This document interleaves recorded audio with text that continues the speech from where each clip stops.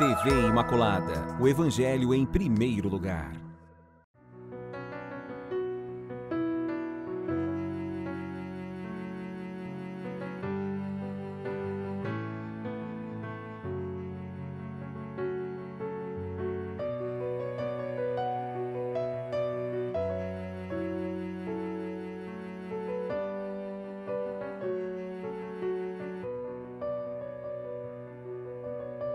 Olá, pelo amor daquele que tudo fez, mais uma vez estamos de volta, promessa feita, promessa cumprida, programa Respostas. Quero saudar a todos vocês, sejam muito bem-vindos, bem-vindas aqui pela TV Imaculada, e eu sempre digo, essa TV que evangeliza, essa TV que informa, essa TV que nos traz esperança. E falando em esperança, todo esse clima que nós estamos vivendo, exatamente, muitas expectativas, muitos sonhos, que possamos todos trabalhar na construção de um mundo onde a paz, onde o amor de Deus possa reinar de fato. Muito obrigado pela sua audiência, pela sua participação, e queremos então continuar esse caminho aqui no programa Respostas, de fato fazendo essa estrada a qual nós nos propomos, no sentido de ser uma seta, de ser uma bússola, de ajudar você também no seu caminho de discernimento, na sua estrada, na estrada da própria vida. Uma vida, claro, no nosso contexto sempre iluminada a partir da nossa fé. E nós estamos falando aqui de Campo Grande, Mato Grosso do Sul, mas esse abraço ele se estende para todo esse Brasil de meu Deus.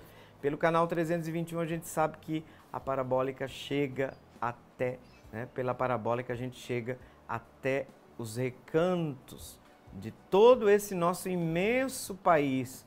Então, um abraço gigantesco a todos. Se você não conhece a dinâmica do programa Respostas, eu lhe apresento agora. Nós temos 2 momentos com 3 blocos. No primeiro bloco nós vamos refletir sobre um tema da atualidade, mas sempre orientados e iluminados pelo pensamento da igreja. A gente lê um texto oficial onde a igreja exprimiu seu pensamento e depois nós tentamos, sempre na fidelidade a esse pensamento expresso no texto, tentar aprofundar, trazer presente, atualizar esses ensinamentos na nossa vida. E nós nos dedicamos a esse tema de reflexão no primeiro bloco. O segundo e terceiro bloco, já nós mudamos a ótica e vamos tratar daquelas questões que vocês nos enviam. Para isso a gente disponibiliza desde já o número do telefone 67, o código aqui de Campo Grande, Mato Grosso do Sul. E o número do telefone é esse, 993470532. Participe, você pode enviar seu comentário, sua dúvida. Às vezes a dúvida nasce de uma resposta de um comentário que foi feito. Pode mandar para a gente que nós vamos responder, vamos procurar responder sempre com muito carinho, tá certo? E vamos trabalhar então, dando continuidade ao tema de reflexão da semana passada, onde nós falamos sobre as várias formas de apostolado e falamos de modo especial, começamos na primeira parte a falar da ação católica. A ação católica está dentro do contexto de uma forma associada de apostolado dos cristãos leigos. E a ação católica esteve no coração de alguns papas que inclusive motivaram, incentivaram a igreja a implantar esta ação católica em muitas partes do mundo. Vamos para a segunda parte desse texto. No programa passado a gente terminou dizendo que essa ação católica é uma forma de apostolado que é constituída pelo conjunto de algumas características. A gente apresentou 2. A primeira, que a meta dessa ação católica coincidia com o fim apostólico da igreja, ou seja, a evangelização e a santificação do ser humano, também voltado para a questão da formação da consciência cristã. Um segundo aspecto que era muito importante na ação católica, que é a cooperação entre a hierarquia, contribuindo onde os cristãos leigos contribuíam com a sua experiência específica. E, de fato, quem presidia essas associações eram sempre os cristãos leigos, então recebiam aqui uma responsabilidade no governo dessas associações laicais, dessas organizações. E agora nós vamos dar continuidade então sobre o tema da ação católica, parte 2. Vamos proceder então agora com a leitura do texto e nós voltamos na sequência com a reflexão. As várias formas do apostolado, a ação católica, parte 2. Letra C. Os leigos agem unidos como um corpo orgânico, para que se manifeste com maior evidência a comunidade da Igreja e o apostolado seja mais eficaz. Letra D.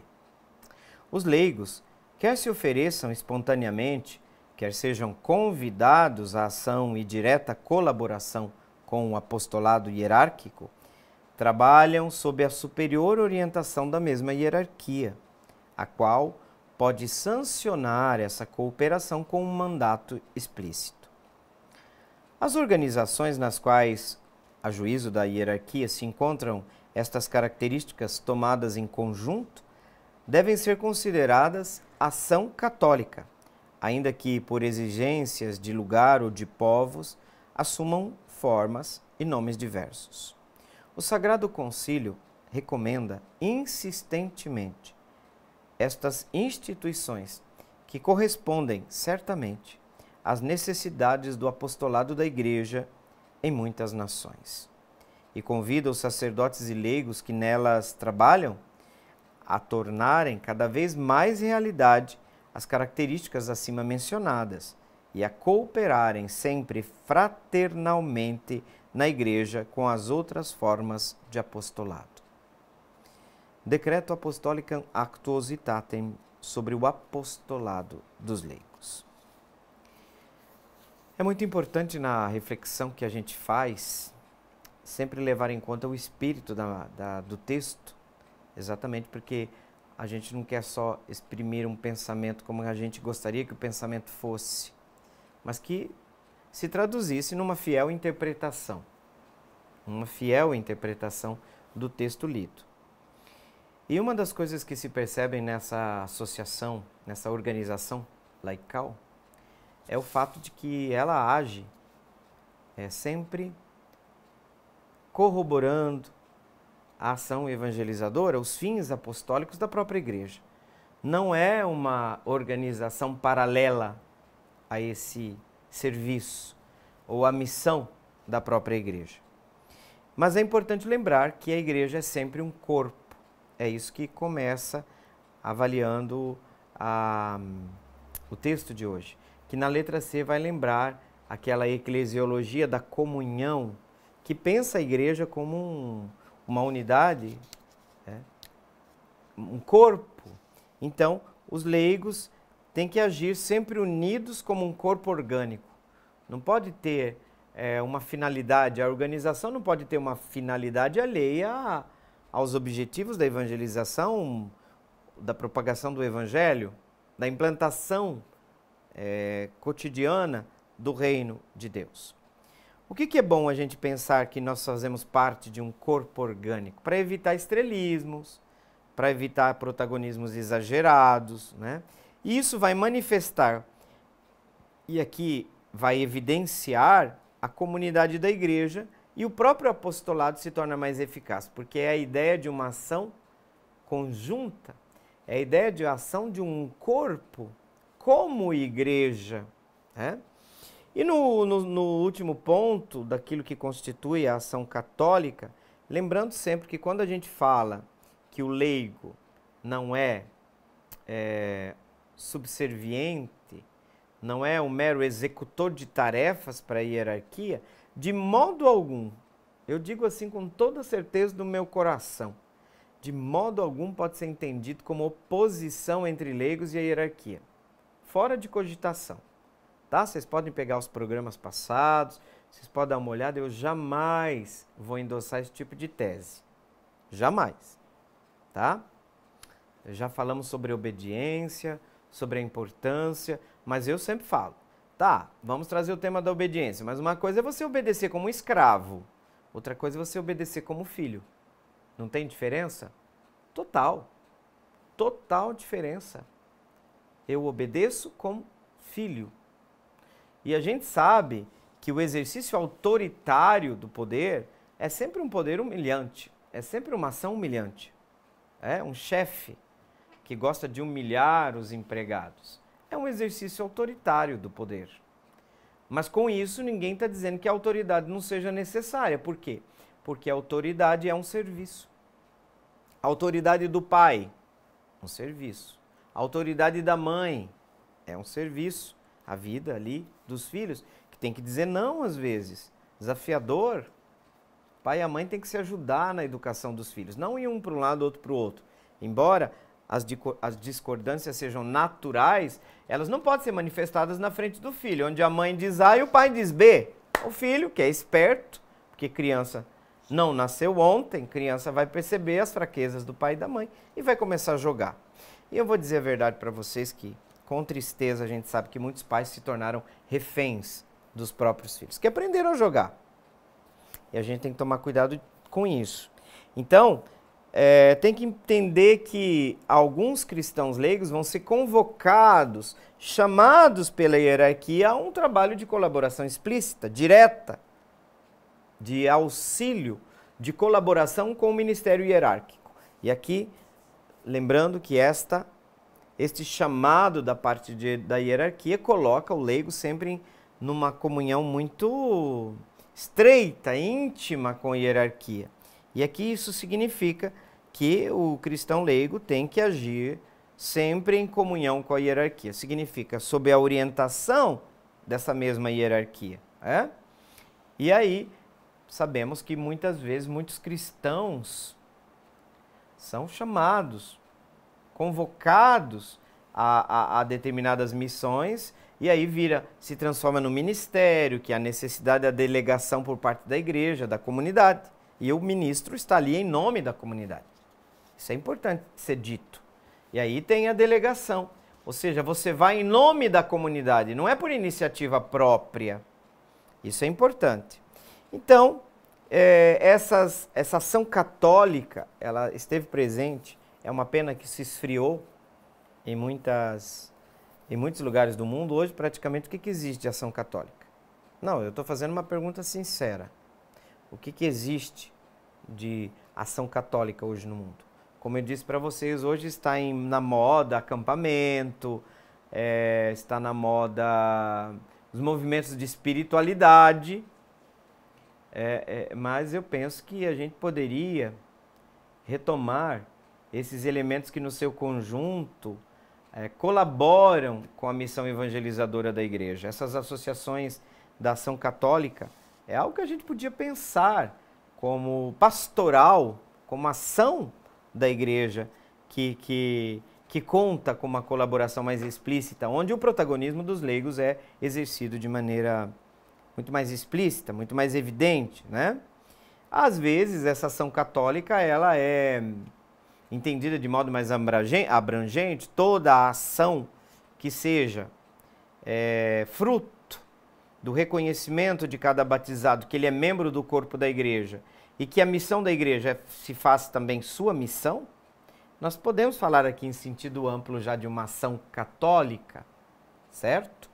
Mas em alguns casos, em alguns países, a ação católica recebeu outras nomenclaturas, não tem problema, o objetivo é sempre o mesmo. E aí, uma das coisas que aconteceram no pós-concílio, que agora se esfriou, porque de fato, por exemplo, a juventude católica foi muito perseguida, por exemplo, na época da ditadura, e a hierarquia da igreja, muitos membros da igreja que fizeram parte dessas associações depois se uniram também em determinados partidos políticos, enfim, tudo isso que não é absolutamente um pecado que os cristãos se integrem ao campo político, muito pelo contrário, são incentivados, tendo presente sempre, claro, a doutrina social da igreja, que é o que nos orienta nesse campo da ação social.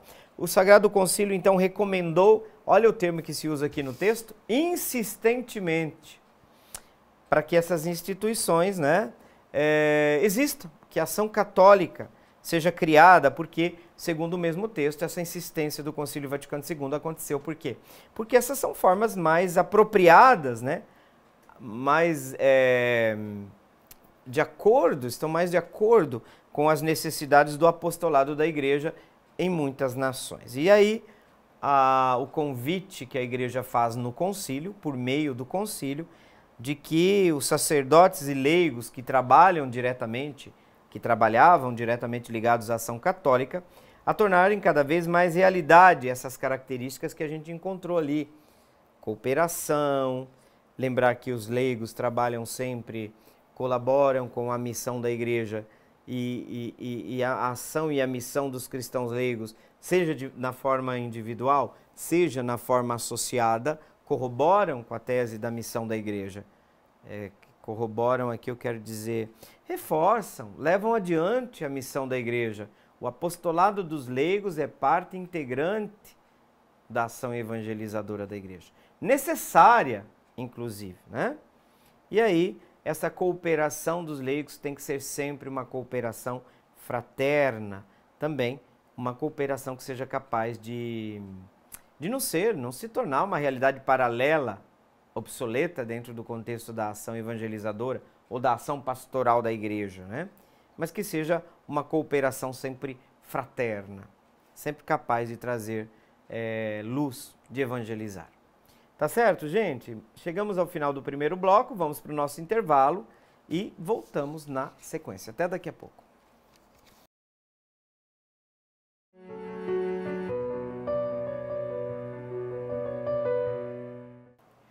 Retornando para o segundo bloco do programa Respostas, vamos então dar continuidade ao trabalho nesse programa. Obrigado mais uma vez pela sua participação.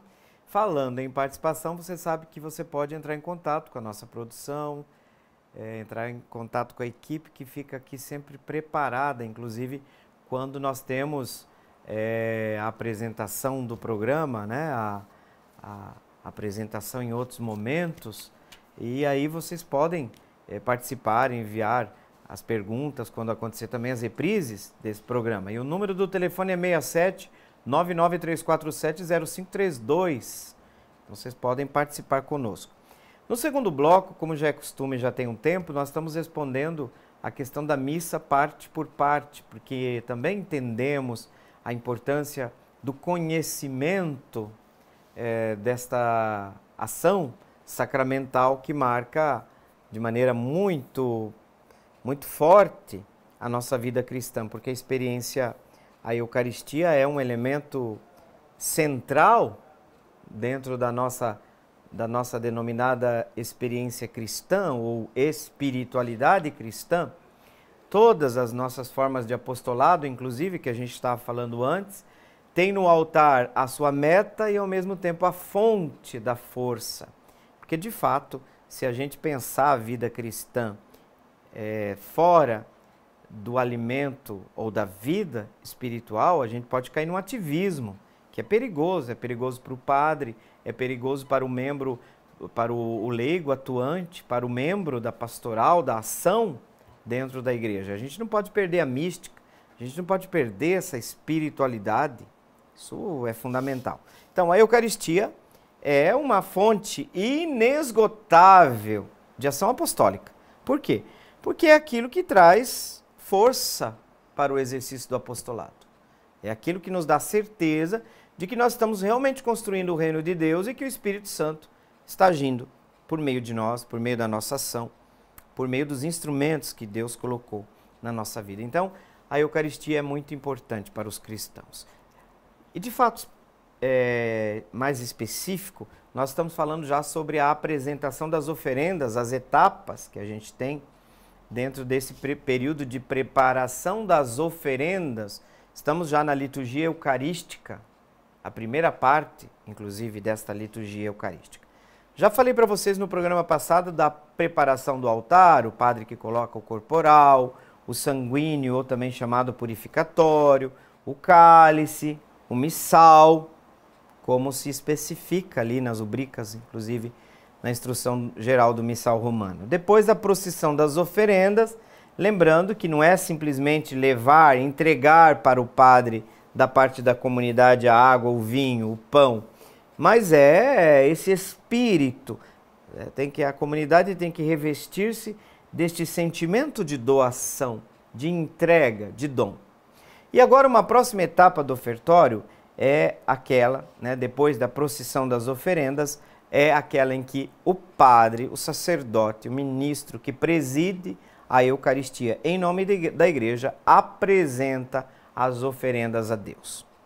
Não é aqui propriamente o ofertório com O maiúsculo, porque no ofertório, em sentido estrito, nós já estamos falando já da oferta que a igreja faz do corpo de Cristo, que o próprio Cristo faz de si ao Pai.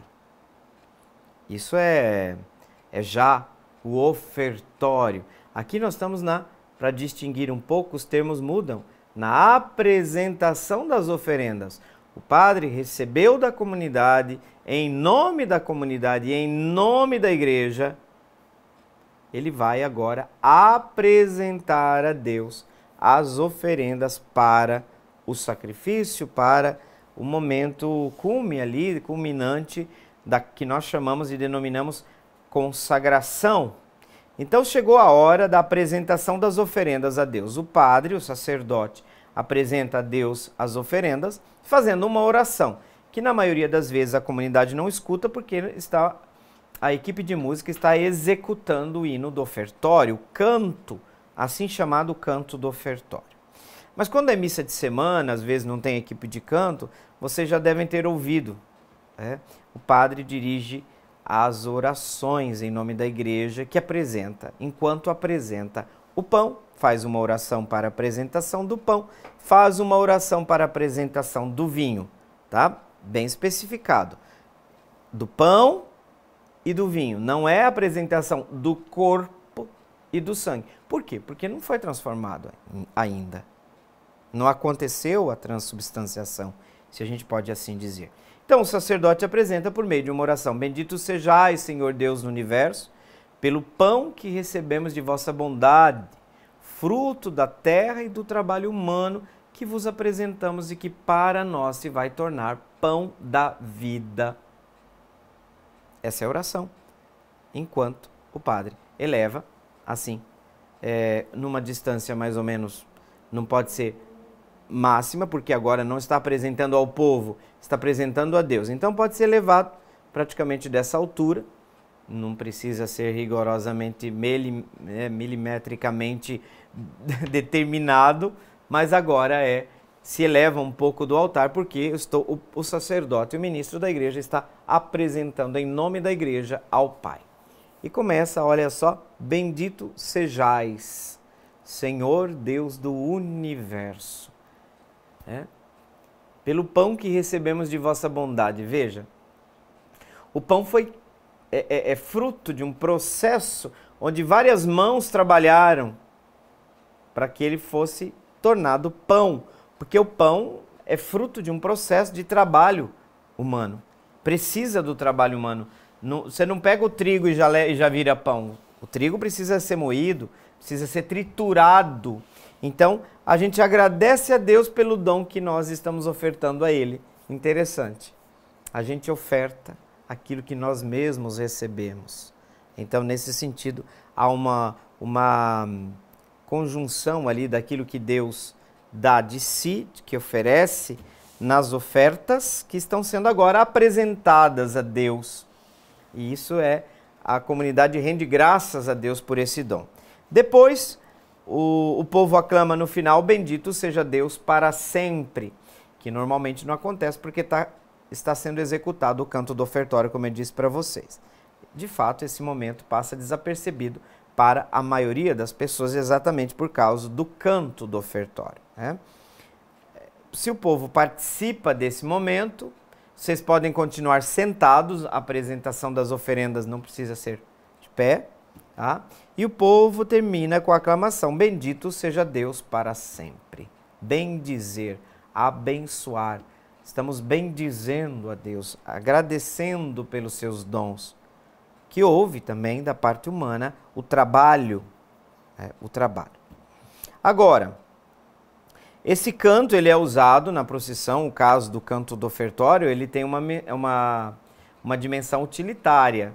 Não faz sentido o canto do ofertório continuar por muito tempo, uma vez que as oferendas já foram apresentadas. Isso significa que, assim que for possível parar o canto, onde o canto permite, a equipe de cantos, ou o Ministério de Música, como costumam chamar algumas comunidades, para o canto. Por quê? Porque as ofertas, as oferendas estão prontas, já estão preparadas, já foram ofertadas, já foram oferecidas a Deus, tá? Então, o canto do ofertório, em alguns momentos, pode faltar aí, tá? Então, mas deve ocupar o tempo que o padre usa para, o sacerdote utiliza para a preparação das oferendas. Nesse momento acontece também a coleta do ofertório, né? E a coleta do ofertório é essa oração que o padre faz ao final da apresentação das oferendas. Gente, isso remonta ao judaísmo, tá? Isso remonta ao judaísmo. Já nas sinagogas hebraicas, após a celebração da palavra de Deus, a leitura dos profetas, a leitura da lei e os profetas, né? Já tem ali uma prévia de uma estrutura da nossa liturgia da palavra, que remonta à liturgia sinagogal. Isso é fantástico. A estrutura um pouco da construção da sinagoga corresponde em certa medida, claro, com grandes diferenças também, àquilo que nós chamamos liturgia da palavra hoje, né? Então, o que acontece nesse momento também da oferta dos dons? O povo, antigamente, desde o início, sempre deixava alguma oferta, normalmente uma oferta para auxiliar na caridade, auxiliar as pessoas pobres. Isso aconteceu. E, de fato, nesse momento do ofertório, só tem sentido mesmo se nós estamos falando aqui de uma oferta, de um dom, de um sacrifício de si mesmo, de algo que eu dou, né? De uma predisposição interior de dispor dos nossos dons em favor do próximo. Por isso que a oferta material tem que ser expressão também da nossa generosidade. Tem que ser expressão desse auxílio aos pobres. Esse é um elemento importante. Tem que ter uma atitude interior de dom, de doar, de favorecer, sobretudo, dons que favoreçam a vida do próximo. Porque vocês sabem que uma parte das entradas das nossas comunidades tem que ser dirigida ao cuidado dos pobres. Gente, isso aqui não é uma invenção minha, não. Isso aqui é cristianismo puro. Desde o início do cristianismo, nós temos essa realidade, né? Aqui o que importa? Não tanto a quantidade, que o diga o óbolo da viúva, narrado a oferta da viúva, narrado pelo próprio Jesus. Olha, vejam essa viúva, deu muito menos que a maioria das pessoas que aqui estão dando grandes quantias. Mas o dela é dom porque exigiu dela. Ela está dando mais do que pode, embora a quantidade, no quantitativo total, não seja a expressão. Porque hoje a gente vive aí uma certa confusão dentro do cristianismo, sobretudo por causa dessa teologia da prosperidade, que é um câncer. Desculpa usar um termo assim, sei que é pesado, mas a teologia da prosperidade se infiltrou dentro das nossas comunidades. É uma mentalidade muito corrosiva, materialista, é uma visão dinheirista, é uma visão liberal da religião. É um cristianismo liberal ali, sabe? É uma leitura cultural de um elemento, mas não tem nada a ver com o evangelho. Tem nada a ver com o evangelho. Onde você vai, Deus vai honrar à medida que você... Cara, o que é isso? E, infelizmente, no nosso país, isso se alastrou de maneira triste, né? Pequenas empresas, grandes negócios, pequenas igrejas, grandes negócios, é por aí, tá? Entendeu já? Já nos entendemos, eu acredito. Então, claro que isso não vale para todo mundo, hein? Por favor, não me entendam mal aqui nesse sentido. Então, a gente precisa ter essa capacidade de dom, porque o Cristo que vai se doar, recebe também nosso dom. E esse espírito interior de doar significa que é algo que exige de mim também. Exige Então não é a quantidade o centro aqui, mas o desejo de como Cristo dar, doar, nos darmos, né? Nos doarmos pelo próximo. E aí representa aqui o nosso desejo de aos poucos passar da celebração da Eucaristia para o ser Eucaristia. Isso é importante, nos tornarmos Eucaristia para os outros. E outro, o lavar as mãos. Nesse momento o padre, depois que ele fez a apresentação com aquela oração que eu falei, bendito sejais, né? Bendito sejais, Senhor Deus do Universo, pelo pão que recebemos da vossa bondade. Bendito sejais, Senhor Deus do Universo, pelo vinho que recebemos de vossas mãos. O vinho. Depois da oferta dos dois, o padre lava as mãos. O sacerdote lava as mãos. Ele vai lavar as mãos. O que acontece? Antigamente, quando as pessoas traziam os elementos para doar, né, para celebração, traziam de suas casas. Aí no sítio, o povo, vou dar um exemplo bem próximo de nós, trazia galinha, trazia o porquinho, doação, né?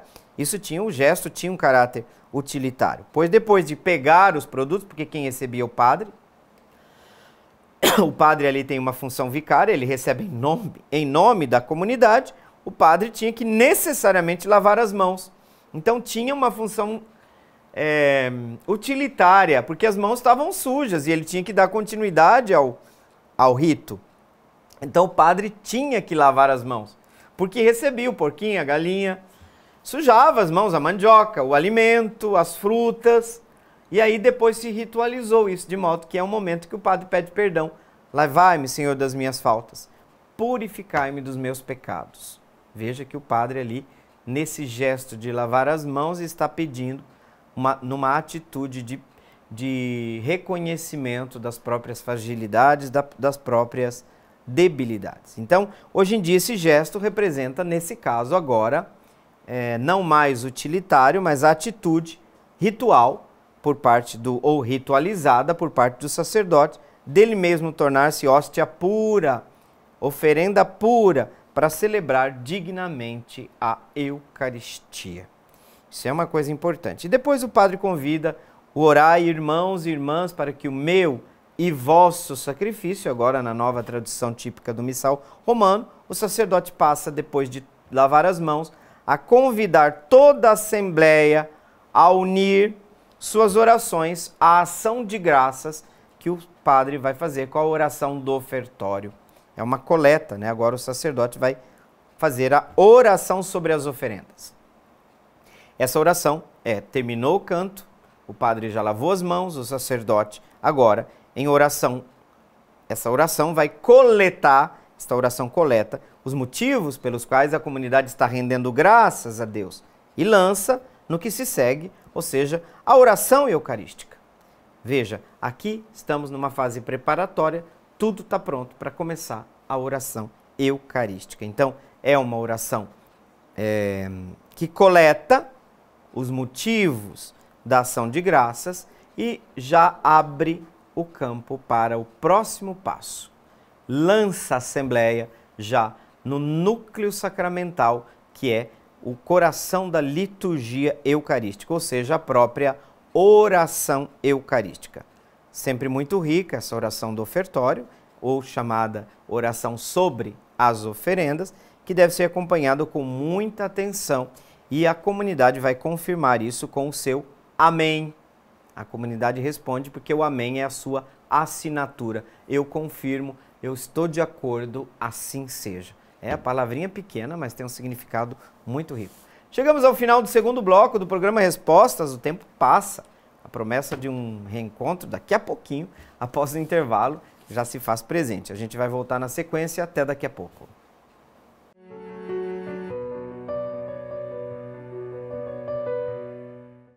De volta para o terceiro e último bloco do programa Respostas. O tempo passa muito rapidamente.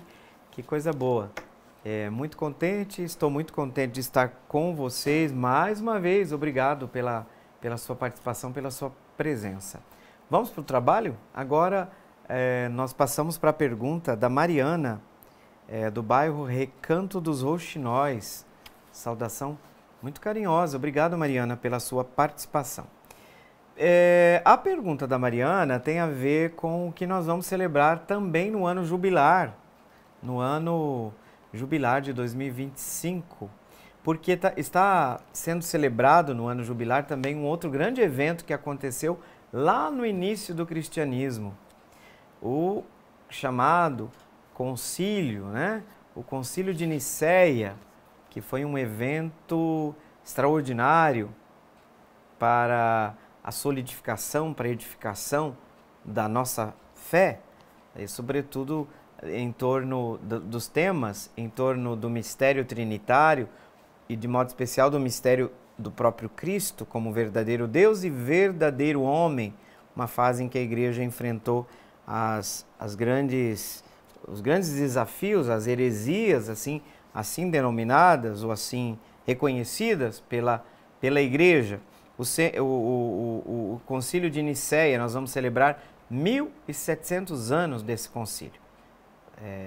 E é um concílio que definiu as bases, praticamente, daquilo que nós cremos e que nós professamos na fé. Por que isso tem a ver com a pergunta da Mariana? Exatamente por isso. Porque a Mariana pergunta o seguinte: o que é o creio niceno-constantinopolitano? E a diferença daquele que rezamos normalmente? Aquele que nós rezamos normalmente, Mariana, é o chamado símbolo apostólico, ou creio apostólico, né? Então nós temos praticamente na liturgia a proposta de dois creios. Creio pode ser chamado creio ou símbolo, tá? O símbolo apostólico. Por que o credo ou creio é chamado de niceno-constantinopolitano? Por quê? Porque ele une o texto das definições de fé de dois grandes concílios que foram realizados em Nicéia e em Constantinopla. Esse é o motivo. Por isso que ele se chama credo niceno-constantinopolitano. Foi realizado diz o nome, o concílio levava o nome do local onde era realizado. Então, o concílio de Nicéia, o concílio de Constantinopla, né? Alguns pontos importantes que a gente normalmente compara os dois textos na liturgia. E quando é que na liturgia nós usamos o credo niceno-constantinopolitano? Normalmente em solenidades, em ocasiões mais importantes, é aquilo que no senso comum a gente diz é o creio mais longo. E de fato ele desenvolve mais a teologia, a doutrina substancial da nossa fé em relação aos baluartes, em relação ao conteúdo central, em relação àqueles elementos que são indispensáveis para o nosso crer. O credo apostólico, que é o menor, tá? Vou falar dos dois, porque você perguntou também, Mariana, da diferença. O credo apostólico é aquele menor, é mais antigo e remonta aos primórdios do cristianismo. E de fato, sabe por que é chamado apostólico? Porque há quase um consenso histórico de que a constituição desse creio tenha sido realizado durante o período apostólico e remonta aos apóstolos. Então, é chamado credo apostólico. Aquele menor, que é o creio que na maioria das vezes a gente reza nas missas dominicais ou solenidades, tá? E o credo niceno-constantinopolitano, ele foi formulado, uma parte dele, porque ele junta o texto de dois concílios. Por isso, niceno-constantinopolitano. Ele foi realizado ali no concílio de Nicéia, a primeira parte, 325. 325, tá? Mas ele foi reformulado no primeiro concílio de Constantinopla, que aí já aconteceu em 381, ó. 325 Nicéia, reformulação do creio no concílio de Constantinopla em 381.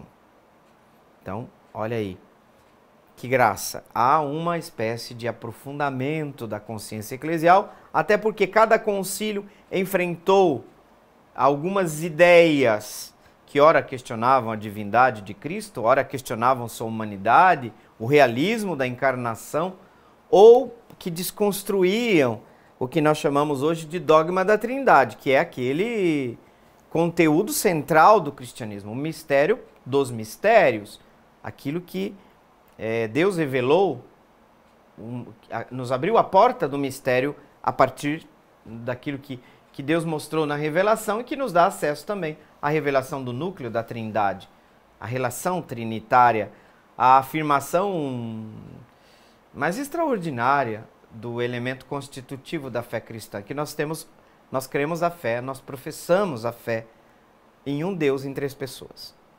Deus Pai, Deus Filho, Deus Espírito Santo. Então, isso que aconteceu, essa diferença, um é mais curto, remonta ao início do cristianismo, o outro é realizado em 2 etapas, dentro de 2 concílios, um 325, o outro 381. E o conteúdo desse credo niceno-constantinopolitano, como eu disse para você, Mariana, se trata de um aprofundamento. Se trata de outros problemas que surgiram, se atacando, sobretudo, a divindade de Cristo. Porque existia uma heresia que dizia o seguinte, que Jesus era um homem tão extraordinário que Deus adotou ele, assumiu como filho. Mas ele é eu vou dizer assim de maneira um pouco bem simplista, um deusinho, mas não é Deus com o Pai, porque o Pai é realmente Deus. Quando essa heresia era ouvida, seduziu, infelizmente, o coração de muita gente. E aí a igreja precisava reagir para transmitir a fé, inclusive reforçando a fé do Concílio de Nicéia, que depois é reelaborado no Concílio de Constantinopla. O que acontece aqui?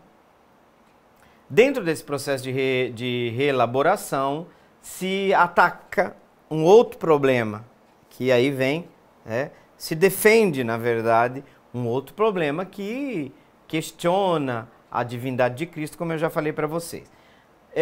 Uma das coisas que aparece na reformulação do credo em Constantinopla é o seguinte, que acrescenta, o credo niceno-constantinopolitano acrescenta ao credo apostólico, aqui eu não estou falando ao credo de Nicéia, mas já ao credo apostólico, a expressão, por exemplo, porque ele é mais longo, o credo niceno-constantinopolitano, Mariana, mais longo. Ele diz, aspas, tá? Isso está no texto do concílio. Gerado do Pai antes de todos os séculos. Gerado. Cada termo aqui tem uma preocupação, Mariana, porque sabe o que a heresia dizia? Que Jesus era criado. Que Jesus era uma criação do Pai. A igreja disse não, não, não, absolutamente. Ele é gerado, não criado. Vocês estão percebendo? Tem uma defesa de um dado da fé, de um conteúdo da fé aqui. A igreja precisa preservar o conteúdo apostólico, o conteúdo da revelação, como Deus revelou, e não segundo as lógicas e os raciocínios humanos que procuram atentar contra o conteúdo nuclear dessa fé. Então, veja, o Filho é gerado do Pai antes de todos os séculos. Já para dizer que Jesus possui uma prerrogativa divina. Ele é eterno. Ele é eterno. Aqui está se afirmando, ao dizer que o Filho é gerado do Pai antes de todos os séculos, está reafirmando a nossa fé na eternidade de Jesus. Está se ressaltando a eternidade de Jesus. E é interessante também perceber que o credo niceno-constantinopolitano, ele praticamente solidifica aquilo que eu chamo de essencial na proclamação da identidade da fé cristã, do conteúdo da fé, naquilo que nós cremos, considerado revelação ou recebido como tal, porque também o credo niceno-constantinopolitano vai fazer uma outra coisa, vai defender também a divindade do Espírito, tá? O que aconteceu? O concílio, os 2 concílios, quando aparece o ataque à divindade do Espírito, a igreja reage e aí professa que o Espírito também é divino, é uma terceira pessoa da Trindade. Significava que isso estava sendo questionado. Então nós temos aqui o concílio, o credo niceno-constantinopolitano vai ressaltar, vai reafirmar a fé na divindade do Espírito Santo, que como ele é divino, ele tem que ser adorado e glorificado com a mesma intensidade, a mesma majestade com qual se adora, se adora, de fato, o próprio Pai e o Filho. Vocês estão entendendo que aqui tem uma defesa também do Espírito Santo? É? Agora, o que determina, Mariana, do ponto de vista, então, teológico? Nós temos a defesa da consubstancialidade, o Filho é Deus de Deus, luz da luz, Deus verdadeiro de Deus verdadeiro, gerado, não criado. Você está percebendo aqui que nos termos, o conceito, o mistério, ele vai sendo conceitualizado e se utilizam categorias próprias, ora do mundo bíblico, semítico, o judaico, hebraico, como você preferir, ora se utiliza já elementos próprios da cultura grega, do mundo grego. Por exemplo, a palavra consubstancial que está contida no credo, não tem na Bíblia. Nós não vamos achar consubstancial ao Pai na Sagrada Escritura. Então vejam que esses elementos aqui, eles são colocados aqui de maneira a explicitar a fé da igreja. Para não deixar dúvidas. O Filho é gerado, não é criado. Ele não é uma criatura do Pai, ele não é um deusinho. Tá? Não é uma adoção. O Pai não adotou Jesus porque era um homem extraordinário. Mas o Filho vive eternamente, recebendo eternamente a geração do Pai. Aqui os termos que usam, né? Para falar da relação entre as três pessoas da Santíssima Trindade. O Pai gera o Filho. O Filho recebe eternamente a geração. Então, quando o credo niceno-constantinopolitano explicita que o Pai e o Filho possuem a mesma natureza, a mesma essência, está dizendo que o Filho é Deus. Jesus é Deus. Jesus Cristo é o Filho de Deus, Deus de Deus, luz da luz, Deus verdadeiro, de Deus verdadeiro, gerado, não criado. E aí vem o termo consubstancial ao Pai, que, como eu disse para você, é retirado já do contexto linguístico grego, porque esse não é um termo que nós vamos achar na Sagrada Escritura. Então, como é que a gente escolhe um creio ou outro? Como eu disse, isso fica um pouco a critério da própria comunidade, até porque o creio apostólico a gente decorou. As comunidades têm decorado o credo apostólico. O credo niceno-constantinopolitano não, aí você vai precisar ou de você projetar, ou precisa que as pessoas tenham um folheto em algum lugar. Então, o critério de escolha de um depende da tradição, dos costumes de cada país, de grupo de fiéis ou da própria comunidade, da paróquia. Isso varia muito, né? Em alguns lugares, o credo apostólico é utilizado nas celebrações um pouco mais simples, até pelo fato de ser um credo mais simples. Ele é mais curto, o creio apostólico. É mais curto e mais antigo. Lembra que eu falei lá para vocês? Por que chama-se creio apostólico? Porque se remonta ao tempo dos apóstolos. E o credo niceno-constantinopolitano foi construído em duas etapas, em Nicéia, 325, e depois 381, em Constantinopla. Então veja, em celebrações dominicais, normalmente, eu já disse para vocês, 95%, 98% dos casos, o creio que a gente professa é o apostólico, até porque ele é mais curto. E o niceno-constantinopolitano é reservado para aqueles momentos mais solenes, vamos assim dizer, né? Vamos assim dizer. Podemos também falar, sem ter medo de errar aqui, que o credo apostólico, ele é uma espécie de versão resumida, né, do credo niceno-constantinopolitano, o símbolo dos apóstolos, que eu estou me referindo a esse trecho mais curto. Então, quando nós temos a profissão de fé na missa, normalmente, então, a gente reza o credo apostólico, né? E o que contém esses símbolos, esses credos? As verdades essenciais. As verdades essenciais, não são verdades periféricas, são verdades essenciais, né? Contém algumas verdades de fé que foram definidas nestes dois concílios, por diferentes concílios, porque se tratam de dois. O primeiro, Nicéia, em 325 e Constantinopla em 381. Quantos anos ali depois, né? Vocês estão percebendo que houve um caminho e apareceram novos problemas. E a igreja defende, né? Então os dois credos revelam para nós a preocupação que a igreja tem diante das várias heresias que atacavam o núcleo da fé. Por isso que a igreja nos oferece a pureza, na fidelidade daquilo que Deus revelou para todos nós, para que possamos crer naquilo que realmente foi revelado. Chegamos ao final, então, do programa Respostas. Quero deixar meu abraço imenso para todos vocês, também para esse imenso Brasil de meu Deus. E vamos terminar como tradição aqui no programa, invocando a bênção de Deus por intercessão de Maria Imaculada. O Senhor esteja convosco, Ele está no meio de nós. Que pela intercessão de Maria Imaculada desça sobre você, sobre sua vida, sobre seus projetos e seus sonhos, sobre sua família, a bênção de Deus Todo-Poderoso, Pai e Filho e Espírito Santo. Amém. Vamos permanecer na esperança, na alegria, aqui nessa programação tão maravilhosa da TV Imaculada. Deixo meu abraço, a promessa de um reencontro. Salve Maria Imaculada!